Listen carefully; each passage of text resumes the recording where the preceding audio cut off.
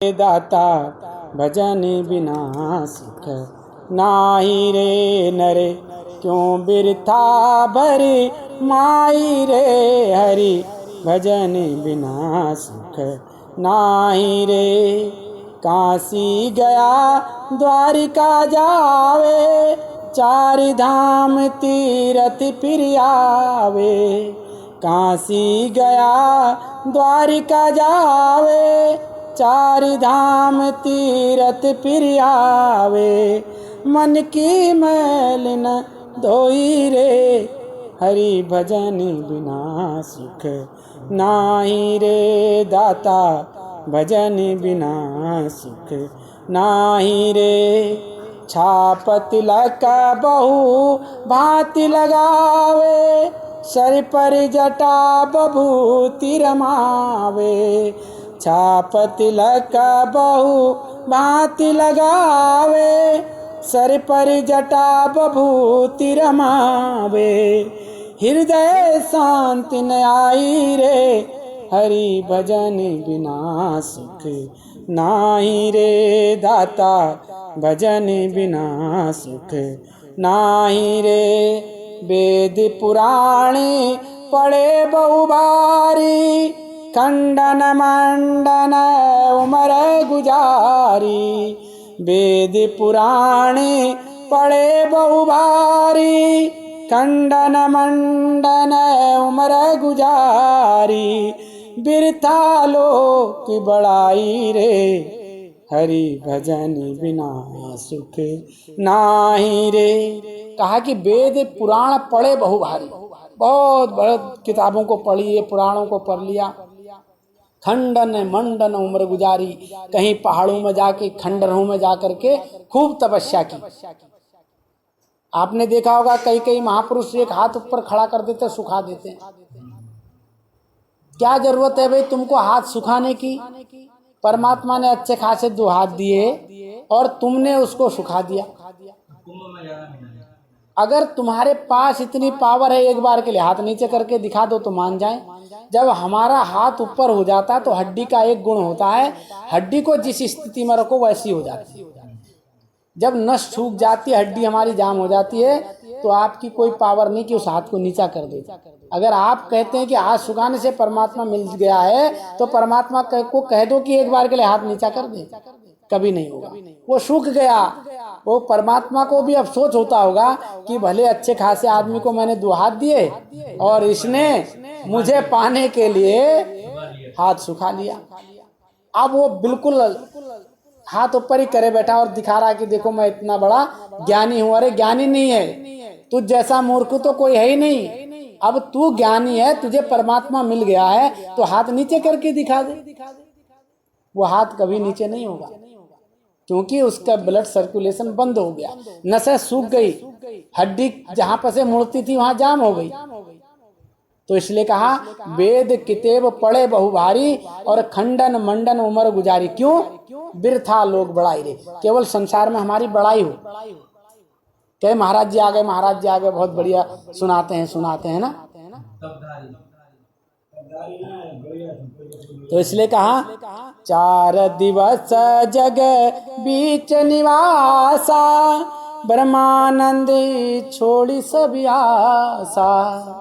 4 दिवस जग बीच निवासा, ब्रह्मानंद छोड़ी सब आसा। प्रभु चरण चितलाई रे, हरि भजन बिना सुख नाही रे। दाता भजन बिना सुख नाही रे नरे, क्यों बिरथा भरी माई रे हरि, भजन बिना सुख नाही रे। तो बिना हरि के भजन बिना बाबू सुख कहीं नहीं। अगर आप समझो कि हम इतने बड़े पुजारी हैं, हम रोज घंटी शंख बांसुरी वीणा बजाते हैं, रोज हरिद्वार नहाने जाते हैं, माफ करना वो आत्मा आपकी उससे परमात्मा में समाहित होने वाली नहीं है। हो सकता है पूजा पाठ करने वाले, देवी देवताओं को पूजने वाले, पितरों को पूजने वाले, देवताओं को पूजने वाले, सोहंग के जपने वाले, ओम के जपने वाले स्वर्ग के निवासी तो हो सकते हैं, लेकिन आवागमन का मार्ग नहीं छूट सकता। इस संसार में हम अच्छा कर्म करें या बुरा कर्म करें, फल दोनों का भोगने आना पड़ेगा। आप न समझो कि हमने बहुत बढ़िया कर्म किया है तो उसको हमें स्वर्ग मिल जाएगा। स्वर्ग तब तक मिलेगा जब तक आपने अच्छा कर्म किया होगा। उसके बाद तो बुरे कर्म भी किए ना, उसके भी फल भोगने आना पड़ेगा। तो फिर हमारी आत्मा का परमात्मा से मिलन कैसे होगा? नहीं हो पाएगा। इसलिए उनने कहा कि सदगुरु के पास जाओ। जब गुरु के पास जाओगे तो वो सुनाने के साथ साथ जना भी देगा, वो सुनाएगा भी और वो राह भी बताएगा, वो युक्ति भी बता देंगे सदगुरु, जिस युक्ति को जान करके हम क्या करते हैं, उस परमात्मा को प्राप्त करने वाले हो जाते हैं। और जब तक उस युक्ति को नहीं जानते तब तक हमारी नियुक्ति नहीं होती।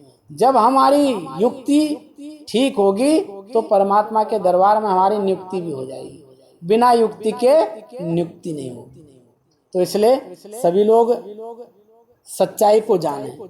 और संसार में तो धन दौलत रुपया पैसा कम ज्यादा सबके पास है ना।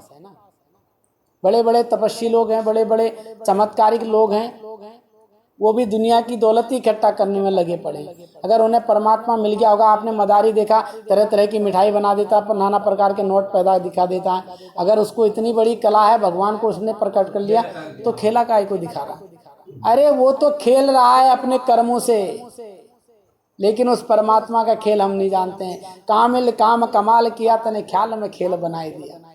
जल बूंद से लेकर देह रची सुर मानव दानव जीव जुदा, इन सब के अंदर तने आप मुकाम बनाए दिया। कामिल काम कमाल किया तने ख्याल में खेल बनाए दिया। उस परमात्मा के चमत्कार को कोई जानता ही नहीं है, समझता ही नहीं है। हम किसके चमत्कार को समझ रहे हैं? जो दुनिया में कौतुक दिखा रहा है। ये कौतुक कोई काम आने वाला नहीं। आज तुम कुछ भी कर लो, नाना प्रकार के चमत्कार दिखा लो, ये केवल यहीं तक सीमित हैं। इससे तुम ना अपना भला कर पाओगे ना दुनिया का भला कर पाओगे। ये केवल दिखाने भर के लिए। आपने सुना होगा फला फला जगह देवी प्रकट हो गई, लोग ठीक हो रहे हैं, वो पत्ता दे रहे हैं, ठीक हो जा रहे हैं। कुछ दिन तक चलता है, उसके बाद उस देवी का भी पता नहीं होता, उस आदमी का भी पता नहीं होता। या तो वो जेल में होता है या फिर वो कहीं अंडरग्राउंड हो जाता है।